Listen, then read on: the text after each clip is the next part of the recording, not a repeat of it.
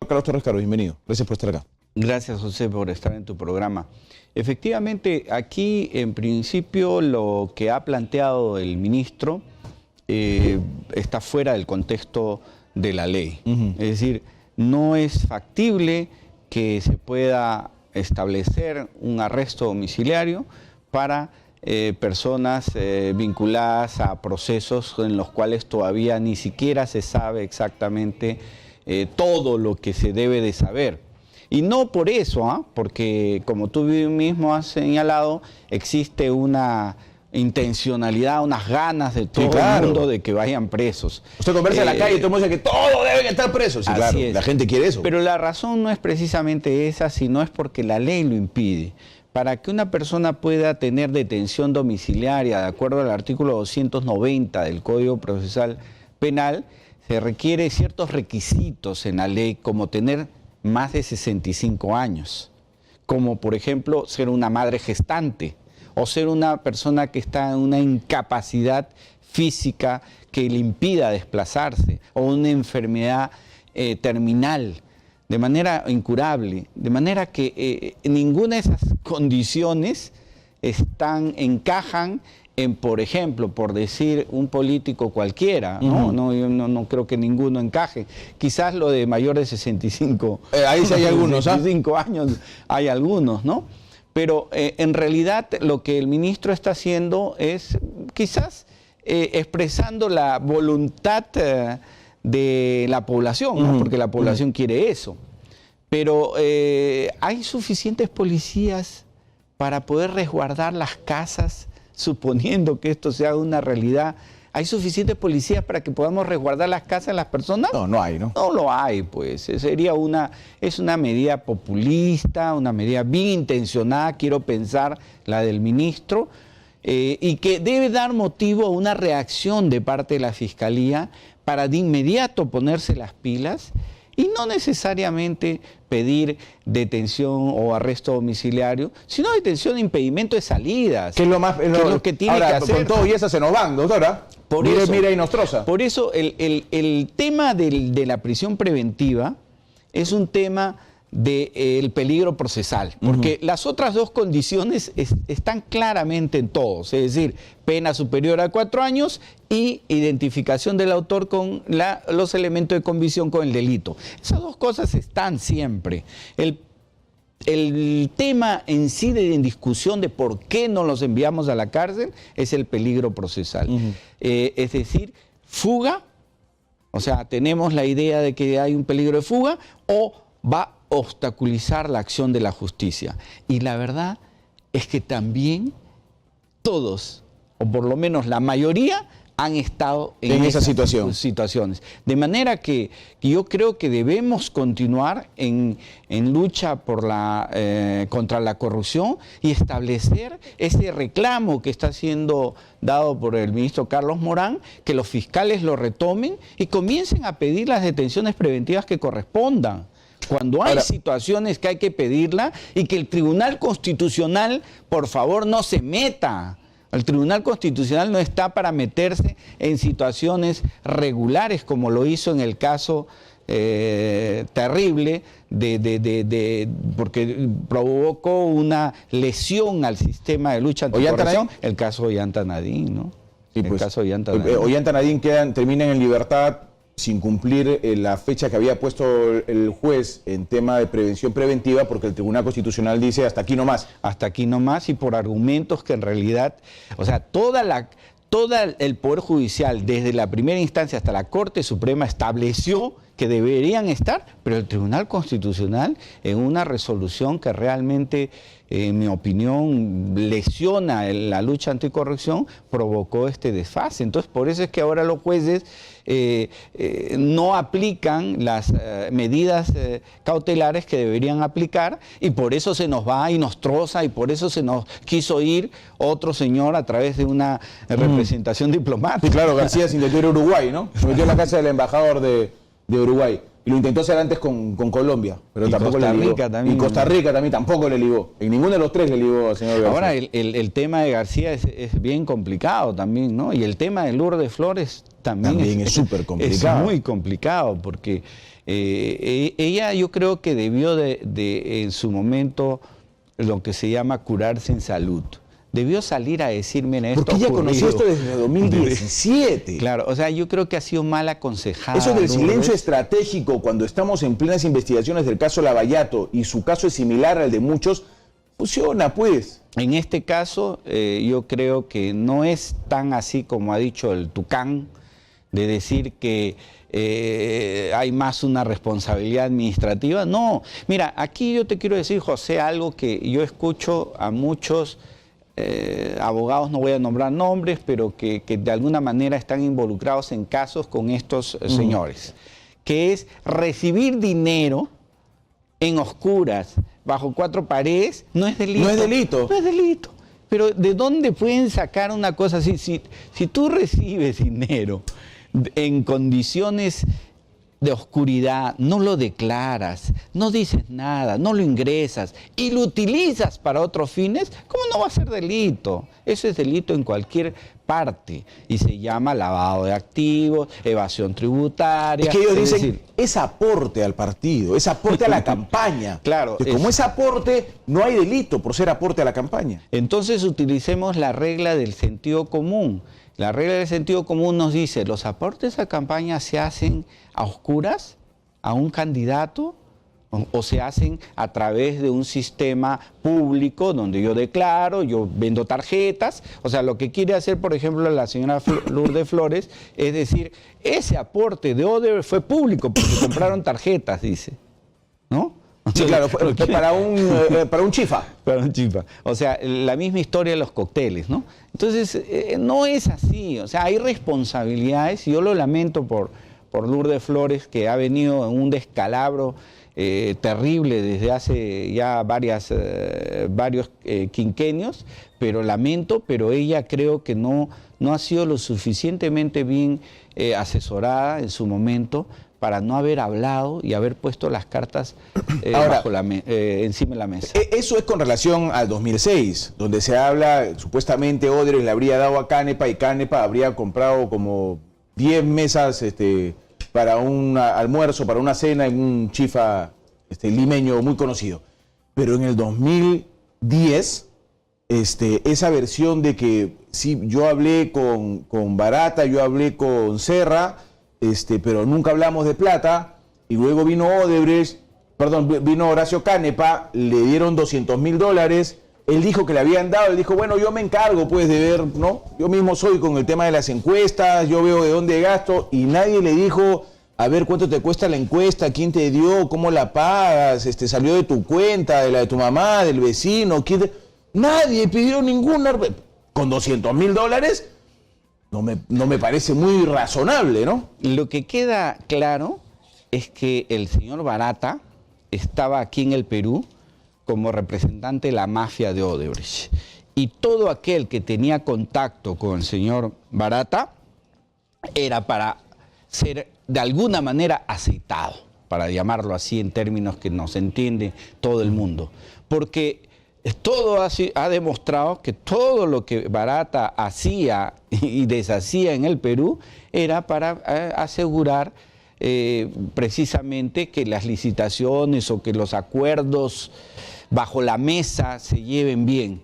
Y entonces, cuando tú escuchas decir que se reunió y no hubo nada, entonces ya no es creíble. No es creíble porque todos los que se han reunido con Barata en esas condiciones, ¿no? En condiciones, no en eventos públicos, porque en eventos públicos, en la invitación a una embajada, estaba seguramente Barata y estaban otras personas. Pero en una situación en tu casa, en tu departamento, en un departamento extraño o en un lugar como hacía el Club de la Construcción de alquilar un departamento exclusivamente para hacer sus acuerdos cochinos, ¿no? Entonces, definitivamente Barata le ha salido muy caro a muchísimas personas, el contacto, la relación que han tenido con esta persona. Además, ya que mencionaste el tema de los aportes, doctor Torres Caro, el decir Bueno, sí, yo sabía, ingresaron $200.000, fueron para las encuestas en la campaña electoral, efectivamente, pero nada ingresó al partido. Oye, un ratito, si es dinero para las encuestas, si es dinero para la campaña, tenía que haber ingresado al partido porque ese partido luego debe rendir cuentas a la OMP sobre los gastos. Ahí lo mínimo que un fiscal podría decir es omisión de denuncia, ¿no? O sea, tú sabías un acto ilícito, irregular, y no has dicho nada. Entonces, por consiguiente, tú eres culpable de un delito de omitir. ¿Por qué no denunciaste si lo sabías? Entonces, en realidad, por eso decía, el panorama es bien complejo, el panorama de los políticos. Y es ahí la razón por la cual el ministro Morán, una especie de angustia popular, señala, bueno, tenemos que hacer algo, ¿no? Con todas estas delaciones y declaraciones que se vienen. Porque seguramente el ministro no nos dice, pero entre líneas se lee que lo que nos quiere decir, por lo menos a los que leen entre líneas, es que él tiene conocimiento que muchos ya están tramando fugarse. Entonces, claro, lo que no quiere es que se le escape. No quiere que luego él tener que poner la cara. O sea, él se está curando en salud. Exacto. Él está diciendo, miren, por si acaso ha ocurrido esto. Que se escapen, porque debe tener información. Un ministro del Interior tiene información. De manera que debe tener información que que haya planes, sobre todo cuando viene la declaración de Barata próximamente, y la de Barata pues va a soltar otras perlas. Porque ahora sí, esperemos que Barata diga la verdad y sea fiel al cumplimiento de ese nefasto acuerdo que lo único que nos beneficiaría es que digan la verdad. Y que lo demuestren, con papeles, que es el fondo del tema. Exacto. Entonces, lo que está haciendo el ministro, que ya se pasan los días, es decir, miren, por si acaso, yo lo estoy diciendo, por si acaso. No me han hecho caso. Bueno, ya se curó en salud, pues, ¿no? Ya se fuga algo, ya yo lo dije. Claro. No, lo que hay que decirle, y para eso están los parlamentarios, es decir, señor ministro, su obligación no es estar sustrayendo o dando alternativas. Bueno, si las da, que las haga formalmente. Su obligación es seguir manteniendo a todas estas personas con la visión necesaria de dónde están, aunque claro, podría alguien arguir, bueno, eso es inconstitucional, porque no hay ningún juez, ninguna autoridad que le está... Pero recuerden que en el caso de Inostroza sí habían pedido y ordenado una vigilancia. Así es. Con todo y esa se nos fugó. Y yo espero que en estos casos que están ya los fiscales estén tramitando, pues, por lo menos un tema de vigilancia y de prevención. Entonces yo entiendo el reclamo del ministro del Interior. Él de alguna manera está levantando la voz a algo que puede ocurrir y que de hecho, José, él tiene información. Él tiene información. De todas maneras. Que ya se está armando una especie de... Sí, yo no creo que haya sido una versión del ministro antojadiza. No. Además que lo primero que le están preguntando ahora es, ¿y el señor Moreno dónde está? Por ejemplo. Además, ¿no es por cierto? ejemplo, el señor Moreno, ¿no? El señor Moreno, que ahí hay mucha responsabilidad, José. O sea, hay una responsabilidad inmensa de jueces que le dieron libertad. Los de la sala, esos tres de la sala que le dieron libertad cuando se decretó los 18 meses, ¿te acuerdas? Sí, claro. A los 2 meses, ni 2 meses estuvo en la cárcel. Esos jueces son los primeros que no deben ser ratificados por una nueva Junta Nacional de Justicia. Pero quiero aprovechar también para preguntarle, antes que el tiempo me gane, doctor Torres Caro, sobre el caso del ex fiscal de la Nación. Y ahora se pone, como yo le decía a su abogado, color hormiga, porque la versión que ellos manejan, yo no le encuentro mucho sentido, digamos, ¿no es cierto? El que una ex asesora haya entrado a sacar calendarios y con la ayuda de la seguridad del fiscal de la Nación, por ahí se apareció luego el fiscal de la Nación, está en los videos, todo el armar una distracción para sacar, ¿qué? Calendarios. No tiene sentido, ¿no? Mira, voy a opinarte en esta oportunidad por los lados, ¿ya? Para que el que me escuche pueda entender. En principio, tengo que ser claro que un fiscal provincial no puede disponer la intervención de las oficinas de un fiscal de la nación. O sea, eso es totalmente irregular, ilegal, eso es tirado de los pelos. Solamente para ser claro, no era exactamente la oficina del fiscal de la nación, claro, pero sino era, de sus asesores. Claro, pero ¿no? eran sus ambientes, Sí, claro. Son los ambientes del fiscal de la nación. Quienes conocemos la fiscalía, sabemos que todo el 9º piso es del fiscal de la nación. Fiscalía Sí, de la claro, nación, claro. está el secretario general, están todos los... Sí. Entonces, obviamente, para que alguien pueda ingresar, necesita una autorización que no viene de parte de un fiscal provincial. O sea, tengo que ser honesto y claro en decir esto. Sin embargo, como ya vamos a aplicar la teoría de los hechos consumados, ya se aceptó, porque la defensa y el propio Chávarri lo ha aceptado. Y un juez lo aceptó. Y un juez lo aceptó, ya se ha avalado prácticamente esta situación. Entonces sí, la situación del señor Chávarri es muy complicada, porque el hecho que la señora asesora haya retirado, infringiendo normas, y que además haya sido aparentemente, supuestamente, por la versión de ella, ha sido ordenado por él, entonces la situación del señor Chávarri, lamento por él, porque ha sido, no ha sabido comportarse como fiscal de la nación, porque de inicio debió haber puesto mano dura y no lo hizo, lo lamento por él, no ha tenido la asesoría o si no el carácter necesario para poner orden, lo lamento por él, lamento porque lo conozco, pero ahora ya es demasiado tarde, o sea, ese acto realmente lo involucra en una situación y yo creo que una Junta Nacional de Justicia lo mínimo que puede hacer es dejarlo de lado a él y a muchos más, ¿no? La versión que se maneja, yo imagino que para llegar a ser fiscal de la nación, pero no estar equivocado, tienes que ser una persona con capacidad intelectual, pues un tipo inteligente, ¿no es cierto? Un tipo razonablemente inteligente. Si de una oficina lacrada saca a tu asesora documentos en una situación en la que tú estás siendo recontragolpeado por investigaciones, esas oficinas fueron lacradas justamente originadas por investigaciones que se te hacen a ti. Entonces te encuentras con la asesora y le dices, ¿y los documentos? Ah, no, son documentos míos, privados. ¿De una oficina lacrada? ¿De un asesor mío? Oye, lo mínimo que pregunto es, a ver, ¿qué me está sacando? ¿Qué documentos hay ahí que sacas sabiendo que es una oficina lacrada? ¿Qué está pasando?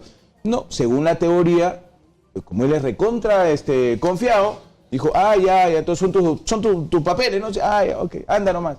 Me parece a mí poco creíble. Ahí está claro. Yo creo que han sido una secuencia de errores tremendos, ¿no?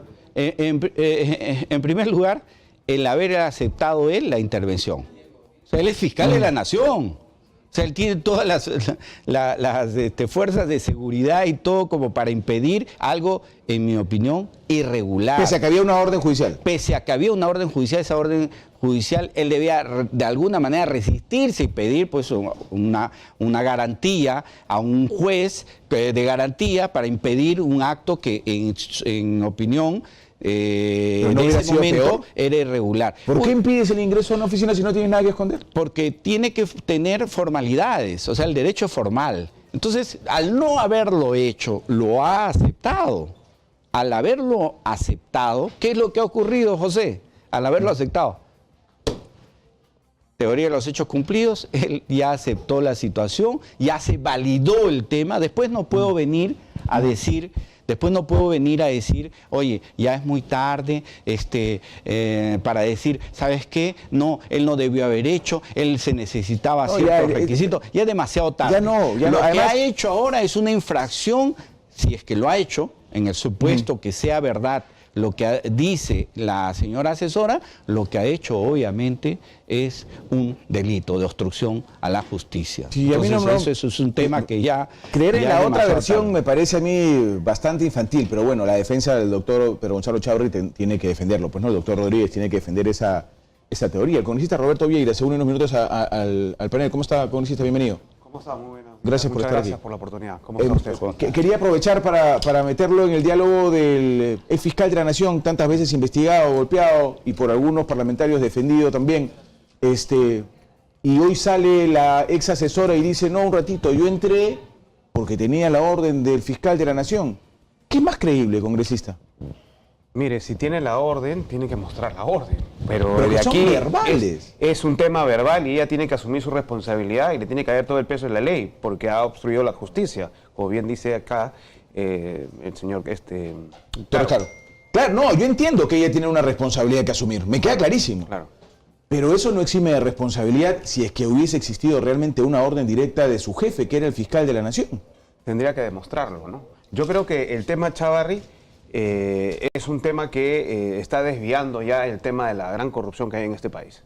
Hay muchos temas por aclarar. Ya el señor Chávarri ya salió, ya no es fiscal de la Nación. Pero sigue siendo supremo, ¿ah? Sigue siendo supremo, pero definitivamente es una prerrogativa que la tiene. Nosotros no podemos tampoco meternos en un tema que tiene que resolver la Junta de Fiscales Supremos. ¿Pero qué hacemos? ¿Escondemos estas declaraciones de la ex asesora? No, que se investigue, que le caiga todo el peso de la ley. Pero hay muchos temas, hay temas muy importantes que todavía no se aclaran, ¿no? No, hay temas muy importantes que todavía no se aclaran en el tema de Lavallato, por ejemplo. Por supuesto, es un escándalo. Muchos ¿no? temas. Miren lo que está pasando con la señora Lourdes Flores y el PPC. Ayer un miembro del PPC que ha sido presidente del partido ha manifestado inclusive que ha participado el congresista Gueguren facilitando un proyecto para darle, digamos, beneficios a Odebrecht, Marisol Perestello, que fue ministra de Justicia de PPK y que venía del PPC, el financiamiento que ya está clarísimo que recibieron. Entonces, acá hay un hecho mucho más grave que el de Keiko Fujimori, pero Keiko está presa. Keiko está presa. Nos guste o no nos guste, el tema preventivo, etcétera, etcétera, está presa. Pero ¿qué pasa? ¿La justicia qué? ¿Se mide para unos de una manera y para otros de otra manera? Yo creo que eso estamos dando un mal ejemplo para el país y estamos dejando mal la justicia en el país. Aquí el propio Raúl Castro, que y fue no estoy presidente del defendiendo a PPC... Keiko, solamente lo único que estoy diciendo es que se mida todos con la misma vara. Sí, eso lo hemos señalado nosotros también en varias oportunidades, todos con la misma vara y para hacer las correas del mismo cuero. Acá nos dijo Raúl Castro, es presidente del PPC, que en esa campaña, si alguien sabía qué es lo que se movía y cómo se movía, era la señora Lourdes Flores Nano. El señor Yamashiro, que también participó en esa campaña porque fue candidato al Congreso de la República, nos dijo exactamente lo mismo, que si alguien sabía a profundidad el dinero que se metía, cómo entraba, cómo se movía, cómo salía, era la señora Lourdes Flores Nano. ¿Usted cree que podemos hacer una comparación de casos? Mira, José, yo quiero de nuevo decir lo que ya hemos conversado antes que llegara el congresista, y es que esa historia que se ha metido de que el que recibe financiamiento en cuatro paredes, en oscuridad, no es delito, es financiamiento de campaña. Eso es mentira. O sea, el que recibe dinero en esas condiciones comete un montón de delitos. O sea, no es tan fácil como, no, era dinero para el financiamiento de campaña. Por consiguiente, como no está tipificado, no es delito. Oiga, por favor, la evasión tributaria está tipificada hace mucho tiempo. Claro, pero el lavado de activos es lo que ellos... No, claro, pero ahí me no refiero era delito, que el lavado de activos se materializa cuando tú comienzas a utilizar ese dinero para otro fin. Y cuando ves que además quien da el dinero es una empresa que hoy todo el mundo sabía, pero que se debía presumir porque el señor Mariatti, que también lo han metido en la danza, sí, desde el 2009, 2010 ya decía que Odebrecht estaba tratando de hacer cosas raras. Es decir, la gente que estaba en el mundillo sabía perfectamente que para qué se acerca un señor que era jefe de la mafia en el Perú como el señor Barata. Entonces sabían perfectamente para qué se... Y cuando uno recibe 3 millones en la oscuridad, sabe perfectamente de dónde viene ese dinero. ¿Y para qué son? ¿Y para qué son? No, estamos hablando de Susana Villarán, 3 millones. Además, 3 millones. Además. Y lo de Lourdes Flores. Y lo de Ollanta y Nadine. Y lo de Ollanta y Nadine. Entonces, y como dice el congresista, y en eso sí tengo que darle la completa razón, lo de Keiko Fujimori. Keiko Fujimori, sin haber estado en el gobierno, o sea, sin haber tenido las responsabilidades propias, está en la cárcel. En cambio, muchos que sí han sido funcionarios y que han recibido dinero, y etcétera, están ahí paseando. Y lo de Keiko, una cosa adicional. Sí. Todavía no se ha comprobado si ella recibió el dinero. Lo demás ya está comprobado. O sea, Susana Villarán, Humala y Lourdes Flores. Bueno. Entonces, si acá la justicia estamos hablando de que es equitativo igual para todos, entonces ¿qué hacen libres ellos? Vámonos un minuto al corte, permítanme, el corte es breve y regresamos con ustedes para hablar de ese punto. Porque, ojo, acá también, y bueno, y acá tenemos un abogado, un parlamentario, pero no necesitas haber estado en el Ejecutivo para haber cometido delitos de lavado de activos. ¿Y qué es lo que se está acusando ahora? y que se está acusando a la señora Keiko y a algunos fujimoristas de tener a la interna del partido Fuerza Popular una organización criminal, como se dijo con el Partido Nacionalista en su momento y el Toledista en su momento también. ¿Y ahora el PPC? De eso, y ahora qué va a pasar con el PPC. Eso acá yo he dicho en más de una oportunidad. Y la Castro señora Lourdes todavía lo ha Capuano. admitido, que Castro ha sido presidente del PPC. Sí, ayer. claro, Y ha dicho que claro. ha participado congresistas. Me voy al corte rapidito, regresamos 5 minutos para tocar ese tema, por favor. Ya está con nosotros más adelante el exministro de Cultura y el exministro de Defensa para conversar de lo que está ocurriendo ahora. Entre otras cosas, por supuesto, el tema político, pero me gustaría hablar también con Jorge Nieto Montesinos del tema de lo que ocurre en el norte con las lluvias, el sur con las lluvias, porque estuvo muy metido en el tema del trabajo que se hizo en el Niño Costero. Así que ya hablaremos de eso y otros temas políticos, por supuesto. Ya venimos. Le hemos pedido a nuestros invitados unos minutos de su tiempo en este bloque porque estábamos entrando a un tema que me parece picante y que hay que deslindar de una vez. Acá, una de las cosas que más tocamos en este programa es la lucha contra la corrupción porque estamos interesados en que no se pierda de vista y que se pueda resolver. Entonces estábamos viendo que se haga a todos la justicia por igual, que se mida a todos con la misma vara, ¿no es cierto? Y eso está bien. Ahora, yo escuchaba decir también a mis invitados que la señora Keiko, pobrecita, está detenida mientras los otros demás están libres, cuando la señora Keiko no ha sido parte del gobierno.